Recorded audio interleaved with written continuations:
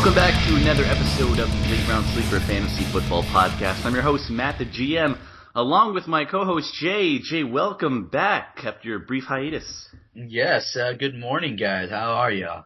We're doing well. Good to have you back in the studio. Today is a Week 9 preview of NFL action. We've got a full slate of topics to go over, starting with a matchup preview of Week 9, some buy low, sell high candidates, and then we got some over-under, and then we'll finish off with some Twitter questions. You can follow us on Twitter at LateRDSleeper. So, Josh, let's go ahead and get started. First matchup we had for Week 9 was Bengals-Dolphins. Dolphins pulled out a close one. Cameron Wake walked off with a safety, but good games here from Giovanni Bernard and A.J. Green. Yeah, they really had some decent games, PPR games, standard leagues. I mean, substandard game for A.J. Green, but tremendous game for Giovanni Bernard. Hopefully that injury late won't affect him at all going forward next week. Yes, Giovanni Bernard suffering a rib bruise. Doesn't seem like it's going to be serious. But he had a nice day, 23 points, 21 points in ESPN Standard Fantasy Leagues, 2 touchdowns, and made the most out of his limited touches. All right, so moving on to Cowboys-Vikings. Adrian Peterson has been slumping recently. Josh, do you think Peterson gets back to his ways in Week 9? All day. That's all I can say is all day. He's always going to get his. Yes, he's been going through the slump lately, but he'll get it together. Absolutely. And while he's been struggling, Adrian Peterson is on pace to run for over 1,000 yards and get over 10 touchdowns. So he's still being productive on the grand scheme of things. On the Cowboys side of things, DeMarco Murray should be back in action after suffering a hammy injury. Josh, where would you rank Murray in terms of a lineup? Would he be a running back 2, low end, high end? I'd go running back 2, low end running back 2. There's just not a guaranteed production from Murray on a consistent basis. So right. I'd go running back 2. Right, and there's always the threat that he could get injured on any given carry. Des Bryant is having a monster season coming off a 2-touchdown performance. He is in your lineup in every format, in every league. Colts-Texans. Colts coming off a bye. Andrew Luck has been pretty good this season. 1,500 yards passing and 10 touchdowns. But Trent Richardson has really struggled. Where do you think his value is going forward the rest of the season? Oh, this is tough. I'd have to say a low end 2, maybe possibly even a flex at this point. I think they're going to start utilizing Donald Brown a lot more. Maybe it being a timeshare in that backfield. Right, and it seems like Donald Brown is the pass catcher, almost the Danny Woodhead of the Colts offense. So I could see that type of role change going forward as well. Unfortunately, for the Colts and for fantasy owners and for himself, Reggie Wayne out for the season, torn ACL. That means T.Y. Hilton is going to step in. How do you think he's going to operate as a number 1 receiver for that team? I don't see him being, I don't see him putting up similar numbers as Reggie Wayne did. Yeah. But I think him and DHB, Darius Haywood-Bay, I think they're both going to work as a tandem, as more so T.Y. Hilton acting alone as the number 1. Yeah, so T.Y. Hilton, wide receiver 2? Wide receiver 2, maybe even a flex as well. Yeah. All right, and on the Texans side of things, Arian Foster suffered a hammy injury a couple weeks ago, but he's coming off a bye. He's had a long rest. He's only had 1 touchdown on the season, so very un-Arian Foster-like. I still have confidence in his talent. Absolutely. So you would still consider him a running back 1 in all standard formats? I wouldn't. That's low end running back 1. Low end 1, high end 2? Yeah. Okay. And Case Keenum is now under center. Personally, I think that helps Andre Johnson's value over a guy like TJ Yates. I think he's a better passer. I think he has better talent. Possibly even better than Matt Schaub. Yes, perhaps. So I would feel confident going forward with Andre Johnson as high end 2. All right, Chiefs-Bills. Jamal Charles tweaked his knee. Seems like he'll be ready to go. But Dwayne Bowe, he hasn't been good this season. Do you think it's because of Alex Smith, or do you think it's because of the offense? What is the reason behind Dwayne Bowe's lack of production? Dwayne Bowe, really, he's been struggling over the past couple of seasons. Just too inconsistent in terms of fantasy. And he's supposed to be a number one receiver in an offense, and that offense really seems lackluster. I mean, Alex Smith, he's a game manager type of quarterback, so I really don't see any elite numbers coming from Alex Smith, and Right. that definitely has an effect on Dwayne Bowe. Sure. Would you consider Dwayne Bowe droppable? I would say yes, because there's just no confidence in starting Dwayne Bowe. Sure. You can't go out there and say, oh, you know what, I think he's gonna have me 50 yards and possibly Yeah. a score this week. So no. All right. Yeah, absolutely. I'm going to give you a couple of theoreticals. Would you drop Dwayne Bowe for a guy like Marvin Jones? Oh, absolutely, in a heartbeat. I think they're starting to involve Marvin Jones in that offense a little more. Yeah. Who had a long Sanu. touchdown taken away from him after a holding call by Gresham last night. Yeah, absolutely. I saw that too, and I was just like, Gresham, what are you thinking? Yeah. But I think Mohamed Sanu is kind of taking a back seat to Marvin Jones. Yeah, Kind of I think so. upstepping for that number 2 receiver. Okay, and for the Bills, C.J. Spiller has a high ankle sprain. Looks like he is progressing in his health. I think he is slated to play. But either way, I think Fred Jackson is the more valuable Bills running back going forward. Yeah, I definitely when CJ Spiller gets healthy, I think I don't know if he's going to return to his normal self and put up number 1 running back type numbers as he did last season early on, but I think they're going to try to keep both backs healthy as they're trying to make a push for the playoffs, the NFL playoffs. Would you consider C.J. Spiller to be a buy low candidate? CJ Spiller, yeah, I really think it's a buy low candidate. He hasn't put up any numbers due to his injury. He's only going to get healthier, like I said before, and a perfect buy low candidate. Yeah, and he has great talent. We know what he can do. He did it last season. So I would have to agree with you on that. Josh, I just realized that we haven't made our picks for these last 3 matchups that we've talked over. So let's go ahead and start with this one. I'm taking the Chiefs over the Bills. Chiefs over Bills as well. All right, and then just to backtrack to our Colts-Texans matchup, I'm going to go with the Colts. Who you got? I'm going with the Colts as well. Case Keenum's just getting familiar with the offense. That's right. And then Cowboys over Vikings. Sweep them? Sweep them. Let's do it. Cowboys Sweep over 'em. Vikings. All right. Titans-Rams. Jake Locker has been a pretty good fantasy football quarterback this season. He has a decent matchup versus the Rams, even though they do have a good pass rush. So for Jake Locker, would you consider him more of a bye-week fill-in, or can this guy actually be your fantasy quarterback week in and week out? For me, I'd say a bye-week fill-in. When he starts putting up numbers consistent, I mean he's been relatively consistent, but I would like to see more from him throughout the entire season. So without him getting hurt, I mean he's been injury prone past 2 seasons. So let's see what he does for the remainder of the season. Okay, and Zach Stacy has been the Rams starting running back for the past, I want to say 5 weeks. This guy is only owned in about 35% of ESPN leagues. I don't know what owners are thinking, but Zach Stacy is a good NFL running back, and he is someone that has value on your squad. Oh yeah, I think he's just his value is going to increase over time. He seems like a really productive back on 26 carries, gaining 134 yards on the ground against the Seahawks. Yeah.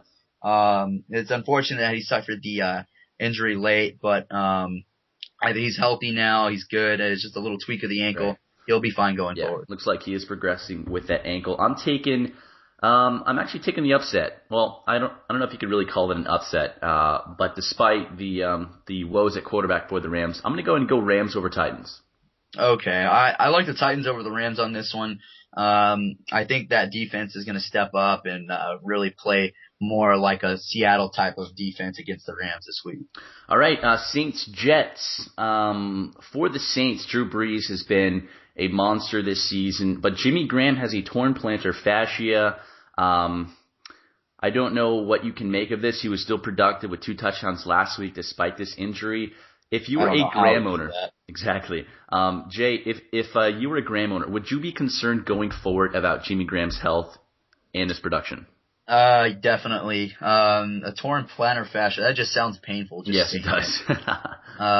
So I do not feel comfortable with a limited snap count. Mm-hmm. I mean, he did have 2 touchdowns on he got 18 snaps last week. He only got 18. Yep. 2 touchdowns. I mean, if they're just using him as a end zone target or a red zone target, Right. then maybe he has decent value, but he's not going to put up Jimmy Graham numbers anymore. Right. So. Yep. And I think for the Jets, the only player we're starting on that entire team in terms of fantasy would be Nick Folk. So we're not even going to go over that. I'm taking the Saints over Jets. Saints over Jets as well. Alrighty. Chargers, Redskins. Phillip Rivers, he has been very good this season. 15 touchdowns on the year.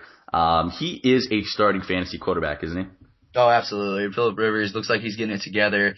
Mike McCoy in that offense, he's really kind of taking him under his wing. I think we're definitely returned to the Phillip Rivers of old. He's going to continue this throughout the entire season. Great quarterback. Right. And in the backfield for the Chargers, they both have 2 productive fantasy backs, and it's not often where a team can support 2 fantasy-relevant running backs, but it seems like the case for the Chargers. So between Matthews and Woodhead, who do you think has more value at this point in time? I'd have to go with Ryan Matthews just simply because he gets 15. It appears to me that he's getting 15 to 20 touches just on carries alone. So right. And Danny Woodhead, he's more of a pass catching type of right. running back. He does get red zone goal line carries, so I think definitely Matthews though. Yeah. But like you said, in the case of Woodhead, he is the third down back, and he is getting more goal line carries than Matthews. So that would bolster his value, I would think. But still, they're both very good fantasy relevant running backs. I think they're both startable in most formats. For the Redskins, Robert Griffin III is what you would consider a fantasy whack-a-mole. It's either one week you're getting a lot, the next week you're getting absolutely nothing. I wouldn't feel confident with RG3 as my starting fantasy quarterback, but if I did, you need a good backup. What do you think, Jay? Oh yeah, it's just too unpredictable with RG3. He goes from a fantasy stud to just, like you said, a whack-a-mole. It's just, it kind of baffles me in a way, really. Exactly. I definitely have a legitimate, reliable backup, just in case. He's more of a matchup quarterback now as opposed to a consistent starter. Yeah, and RG3 was a guy that was my keeper this year. I got his jersey. I was a big fan. But I ended up trading him, and it was tough because I like him as a player, I like his talent, and I believe in his talent. But this season, he's just way too inconsistent to be relied upon on a week-to-week basis. So I'm going to go ahead and take the Redskins over the Chargers. I'm going to go Chargers over Redskins. I think that Redskin defense is terrible. Okay. Falcons, Panthers. Falcons come into this matchup at 2-5. Panthers are over 500 for the first time in about a decade. Josh, where do you think Matt Ryan is in terms of this matchup? I know the Panthers have a very good defense. How confident would you say you are in Matt Ryan, not only in this matchup, but going forward the rest of the year? I think Matt Ryan will still be pretty productive over the season. I think this is going to be kind of one of those slaughter type of matchups where it's going to be kind of low scoring.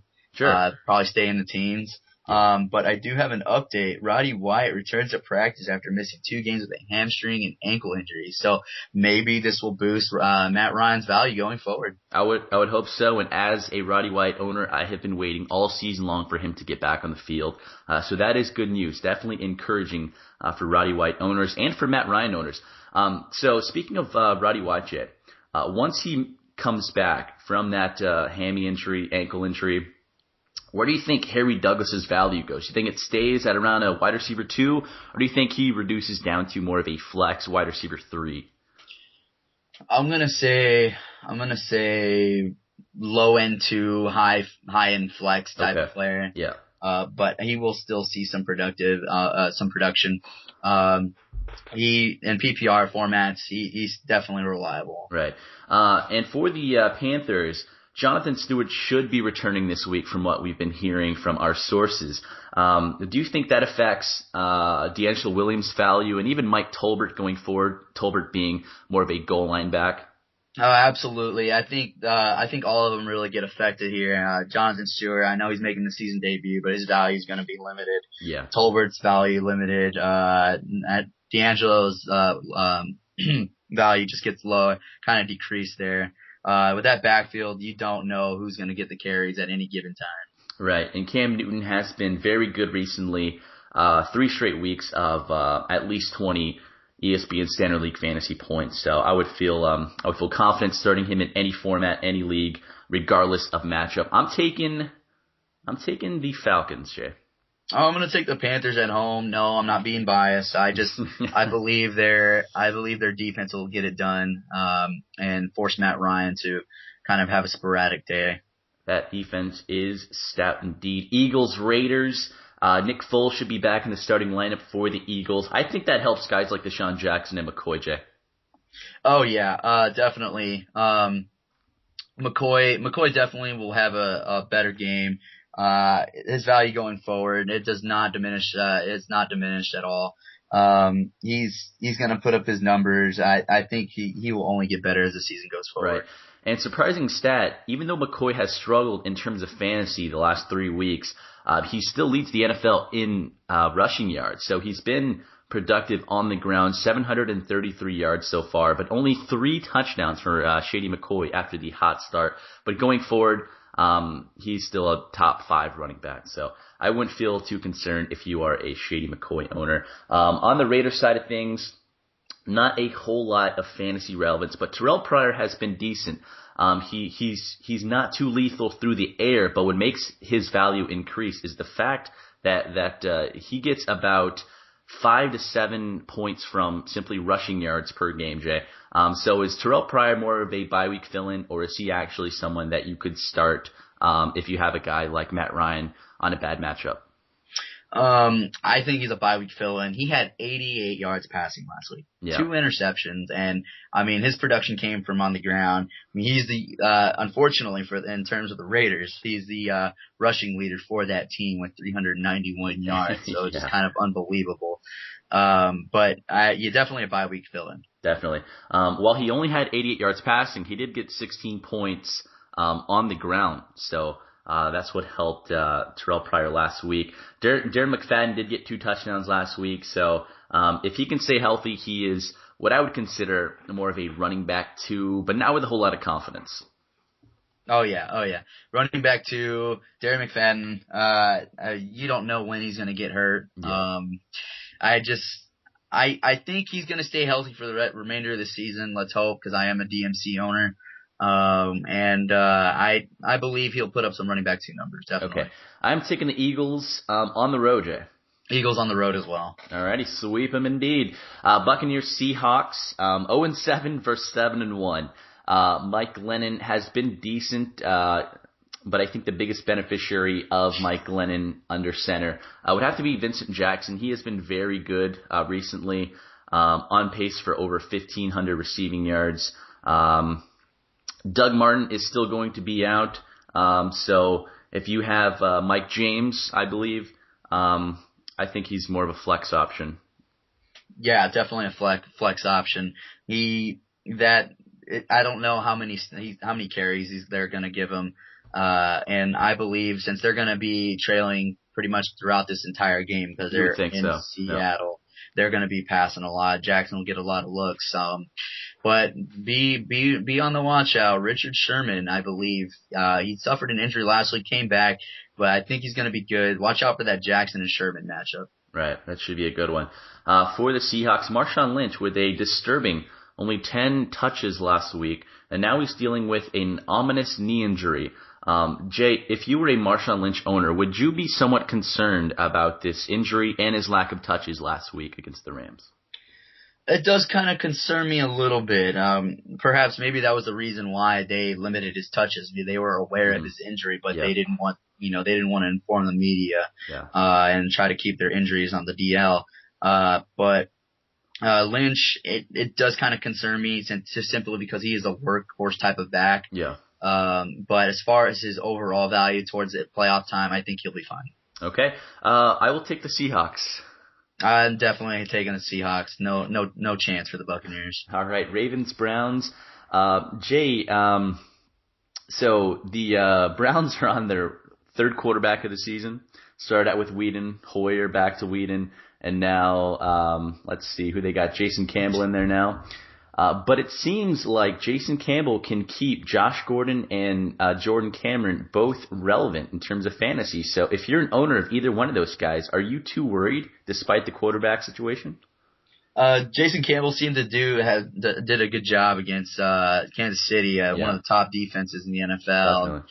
So I'm not too concerned, but let's see what goes on in the upcoming weeks. Right. And while I want to be confident, I am cautiously optimistic for Josh Gordon, me being a Josh Gordon owner. So I do like what Jason Campbell did last week, but I would like to see it again, just to have that comfort in him and that confidence. Ray Rice has struggled. Do you think he turns it around the rest of the season, Jay? Oh, no question. His schedule lifts up a little bit towards the end of the season, and I think he was battling an injury, that hip flexor injury, and I think he's just overcoming that injury. I think he'll be fine. Okay, going forward. Yep, I am taking the Ravens, Jay. Ravens as well. Alrighty, and moving on to the Steelers and Patriots. Tom Brady has not been what a lot of people drafted him to be. And a guy like Kenbrell Tompkins, who started off with some value, has really tapered off. Would you consider Kenbrell Tompkins droppable in every format? Absolutely. Kenbrell Tompkins, he had a couple of nice games early in the season. Danny Amendola coming back, Rob Gronkowski, and it appears to me that they're starting to run the ball a little more efficiently on the ground. So definitely droppable. Kenbrell Tompkins with single-digit fantasy points in his last 4 games. And the week prior to those, he caught that miracle touchdown catch to win the game for the Patriots. So without that, which was kind of flukish, Kenbrell Tompkins has really just been really bad as of late. Le'Veon Bell for the Steelers has been pretty good since returning from his injury. Where would you consider Le'Veon Bell in your lineup, Jay? I would say low end 2 to mid running back 2. Yeah. They consistently give him they're averaging, or he's averaging 20 touches per game. He's involved in the pass game. I think Big Ben will dump it off to him a couple times if he needs to scamper around, as he doesn't have as much time this season as he did to throw the deep ball. Right. All right, Jay. I am taking the Patriots at home. Patriots at home as well. Okay, moving on to the Monday night game, Bears and Packers. Jay Cutler's status is up in the air. How does that affect Alshon Jeffrey and Brandon Marshall, Jay? Brandon Marshall, I think you don't have to be too concerned about Brandon Marshall. He's a better receiver. He will get open. Alshon Jeffrey, on the other hand, maybe perhaps he'll have an impact on his value going forward. Right. Matt Forte has been very good this season, 533 yards on the ground, 6 TDs, and also a pass catcher. And he's one of the few NFL running backs, Jay, that are a 3-down back. So he doesn't come out when it's 3rd down. He's going to be in there all series long. Oh, yeah, absolutely. I think the only time that he will come out is on the goal line when they're inside the 5. Maybe Michael Bush will be the vulture that he is and take away a TD or 2. Right. But even considering that, Michael Bush only 1 touchdown on the season, so it seems like Forte is the guy. But Michael Bush could be a decent handcuff if you're a Forte owner. For the Packers, Jay, it doesn't look like James Jones will play this week, so that keeps Jarrett Boykin still relevant. Would you consider Boykin a wide receiver too, as long as James Jones is out? Yeah, I think you can rely on Boykin being a receiver too. He has one of the greatest quarterbacks in the league throwing to him. I think he's going to get his targets, and just as long as he can catch the football, he'll be fine. Right. And just like the Broncos, even when James Jones returns, I think the Packers offense is still capable of supporting 3 fantasy relevant wide receivers. So they have Jordy Nelson, Jarrett Boykin, and James Jones. I think even when James Jones does return, I think Boykin is still more of a wide receiver 3 flex. I think he still has value because Aaron Rodgers is so good. Yeah, I would agree with that definitely. Aaron Rodgers is too good. They throw a lot. They throw the ball a lot. Yeah. Yes, and also Eddie Lacy has been very good. The running game for the Packers has gotten a lot better since years past. Eddie Lacy going forward, Jay, would you consider him a top 10 running back? I think going forward, he will be a top 10 running back. Although, I did read that, Mike McCarthy is looking more of a 2-to-1 ratio as far James as carries Starks. go Yep. between James Starks. Right. So be on the lookout for that. But I do think he's going to be a top 10 back Right. for the remainder of the season. Yeah, and Lacy is a guy that is getting upwards of about 28 carries per game. So I could see McCarthy wanting to reduce that workload just a bit to keep him fresh down the road later in the season. Finally, Jay, the Packers have yes. a running back. I know, it has been years, it seems like. I am taking the Packers at home. I will take the Packers as well. Alrighty, and we will sweep them, and that'll conclude our matchup preview for Week 9. Now we're going to segue into our bold predictions of Week 9. Jay, I will let you start us off. My first bold prediction is going to be Jonathan Stewart. Okay. He will have, in his season debut, he will have 60 yards rushing and a TD. The Falcons are allowing 114 yards per game on the ground. So I think, despite his injury, his quad injury, I think D'Angelo and Jonathan Stewart will get it done on the ground this week. And go ahead and turn it over to you for your first bold prediction. All right, mine is a little bit more broad. I'm going the Chargers backfield. Ryan Matthews has run for over 100 yards in 3 of his past 4 weeks. Danny Woodhead has been superb on passing downs, on third downs, and in the red zone. And both of those guys play a Redskins defense that allows the second most points to opposing running backs. I think both Ryan Matthews and Danny Woodhead both have good days and combine for over 200 yards from scrimmage. Wow, holy moly, that's bold there. That's going bold. Certainly is. So my second bold prediction this week is Terrence Williams. I believe he's finally going to break the century mark. He's going to have a 100-yard game and a score for the 5th straight week.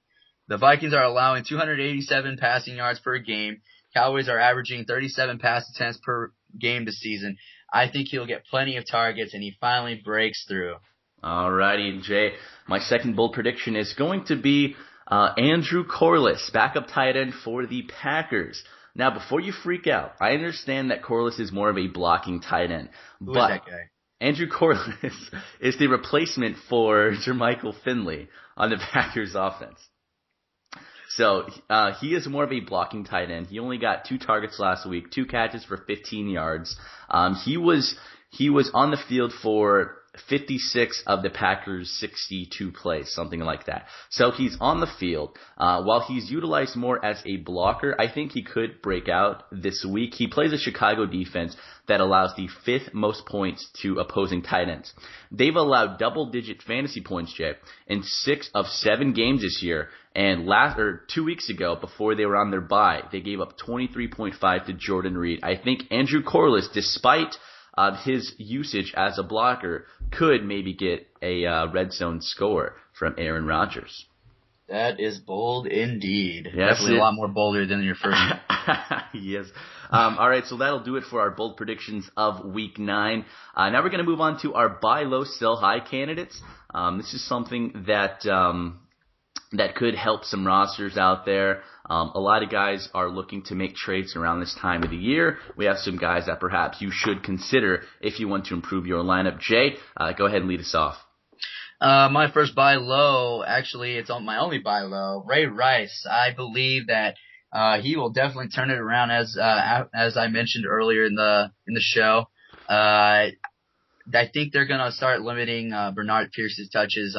They're actually gonna make him the quote unquote change of pace back. Yeah. So Ray Rice, I think he's gonna see the ball. I think he's gonna get 20 to 25 touches per game. I think he turns his average production around for the remainder of the season. All right. My first buy low is going to be Pierre Garçon. He's scored single-digit fantasy points in the past 3 weeks. RG3 has struggled, hasn't looked good, but there is reason to be optimistic if you're a Garçon owner. He is on pace for 107 catches on 178 targets and on pace to accumulate over 1,170 yards. And he does play in the NFC East, which has a lot of favorable matchups. Cowboys, Giants, and the rest of the teams there in the NFC East. So I think Pierre Garçon is a decent buy low despite his struggles of late. Sounds good to me. And my sell high for the upcoming trade deadline is Stephen Ridley. Stephen Ridley, he's seen some decent production at 3 weeks ago, 22 fantasy points. And he's had a touchdown in the last 2 games. Make that last 3 games, but only in the teens as far as the past 2 weeks. Shane Vereen's coming back. Brandon Bolden, he seems like he's involved in the run game. I believe he's a perfect sell high candidate.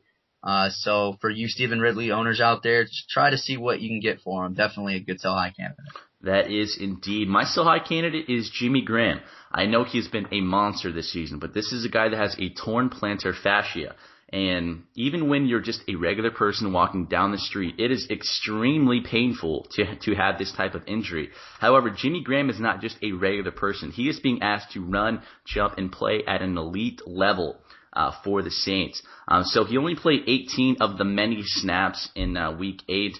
However, he did score 2 touchdowns, but I don't think you can rely on that type of production based on the snap count the rest of the season. So coming off a 2-touchdown performance, I think Jimmy Graham is a perfect sell-high candidate because that injury is not going to get any better, Jay. Absolutely not. It doesn't seem that way. Poor guy. Yeah, so that'll do it for our buy low, sell high candidates. We'll move on now to our over and under of Week 9 before we get out of here. The first one, Jay, RG3. He's currently ranked 15 among quarterbacks. Do you think he is over or under that mark for the rest of the year? Under for the rest of the year. Okay. Too much inconsistency. Exactly. So you have him finishing outside the top 15. Absolutely. All right. Second one is going to be Arian Foster. He's coming off a hamstring injury, and he's been good a couple weeks, but in terms of the whole body of work this season, he hasn't been the Arian Foster of the last couple of years. Jay, do you think coming off his injury this week in Week 9, do you think he gets over or under 15 touches? Gotta go with under 15 touches, and I don't know if they're gonna play Ben Tate with 4 broken ribs. I don't know how he's gonna manage his body.